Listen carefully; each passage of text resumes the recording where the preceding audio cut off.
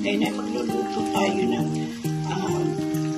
broccoli at ginisang broccoli sa karning baka. Ang gamit ko lang po dito ay broccoli, sibuyas, bawang, at ang bawang na ang onion leaves. Ang akin po ipangahalo ay toyo at ang maliit na konting pagpasarap na nor liquid, pepper, at saka konting patis. Ngayon mo ay atin ang inigisa ang sibuyas at bawang. Yung susunod na natin ang chicken strip.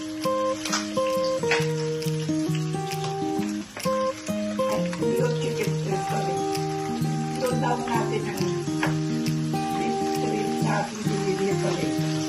Ito naman yung isang dalawang taon sa pagkakita.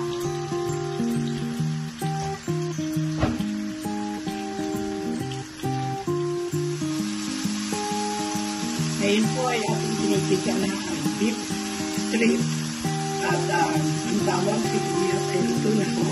At atin naman po ngayon nalagyan ng toyo at nalagyan ng pepper para lalagyan na natin ang lasa. Yan, nilagyan ko na ng toyo.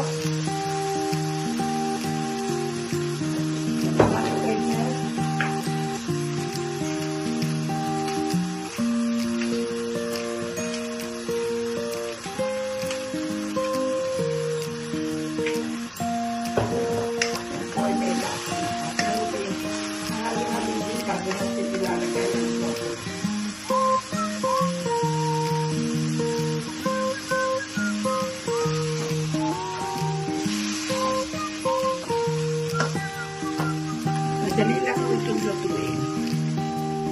Ngayon ay halo naman natin ang broccoli.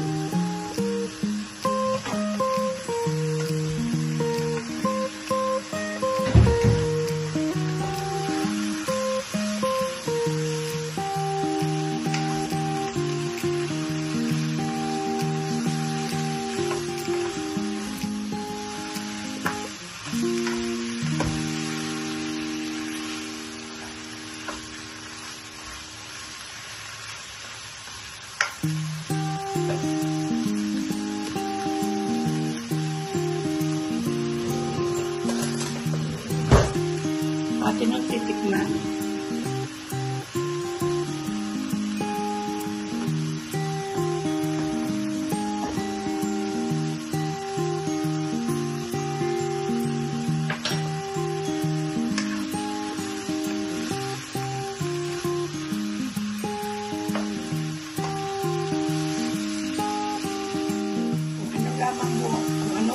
Lamang mo ang aking video lamang ay kapitilan. Dahil nakita mo naman ang wala natin pagkakamit. Ito po hindi natin kapatayan. Kapatayan mo ito na ito. At ito ay natunan. Yung ulap na lang kanya ang yarangki. At ito ay natunan.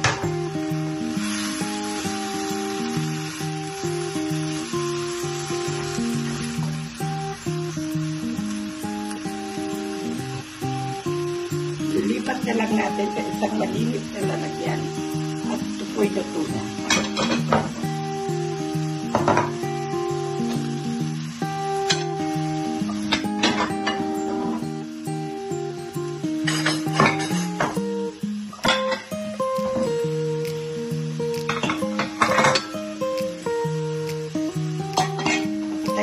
Papatayin na po natin ang kanyang apoy at atin ang lilipat siya sa isang malinis na lalagyan.